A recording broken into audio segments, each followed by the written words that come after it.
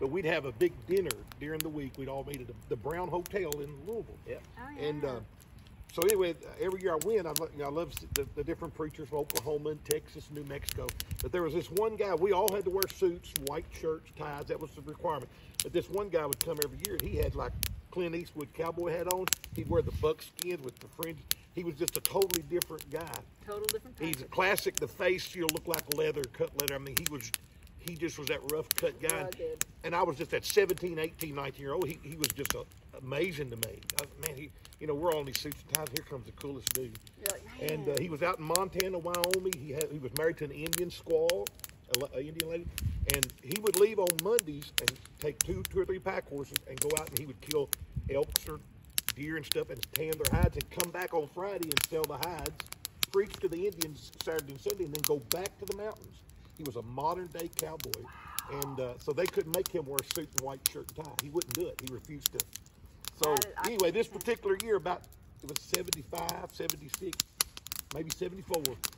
When I went in, our names was on our tables, and there was my name, and there was him. He was next to me. I thought, this is going to be the greatest. So we were sitting around the table eating, listening to different stories about his, killing animals.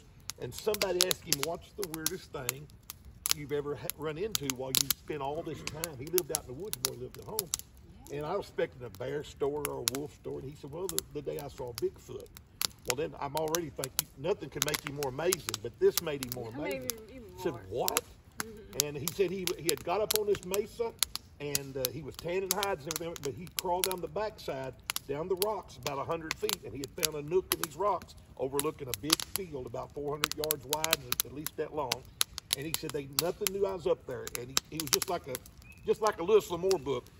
Lewis Lamore talked about a good person with a rifle would make sure the sun couldn't glint off their lens. He said I'd make sure the sun couldn't hit my gun. I'm going, oh my God! Everything about this guy is like he was my idol. It's the real deal. But he said he killed several animals from this viewpoint. And so he said I was there one day and the sun was feeling good. And I was kind of dozing off, and he said in my peripheral vision I seen something at the end of that field about 400 yards. Expert shot, marksman. If he shot, he didn't miss. And he said this thing was walking across there, and he said, first thing I thought is, that's a gorilla. It's walking upright, it's going across this field. It would stop and pick up this plant, and it would pull out of the ground and eat the root of it. And he said, so I put my scope, and he said, I never put my scope to anything I wasn't going to kill. And he said, I put my scope on it, and he said it was 7 to 8 feet tall, at least 500 to 600 pounds. And this guy's an expert now, animals and stuff. And he said, when I raised the scope up to its face, I let my finger off the trigger because it was the face of a human being. Wow. And he said, I knew I couldn't kill it. But he said, then it done the most amazing thing. And I thought, what can be more amazing? You're seeing a Bigfoot. He said, I'm hidden in those rocks. I'm about 200 feet up. I'm hidden in these rocks, camouflage. He said, and that thing looks up and looks straight at me. He looked right in my scope, and he said, it knew I was there. And he said, to my mind, that had to be impossible. And then it went walking faster, went on across the field out of view.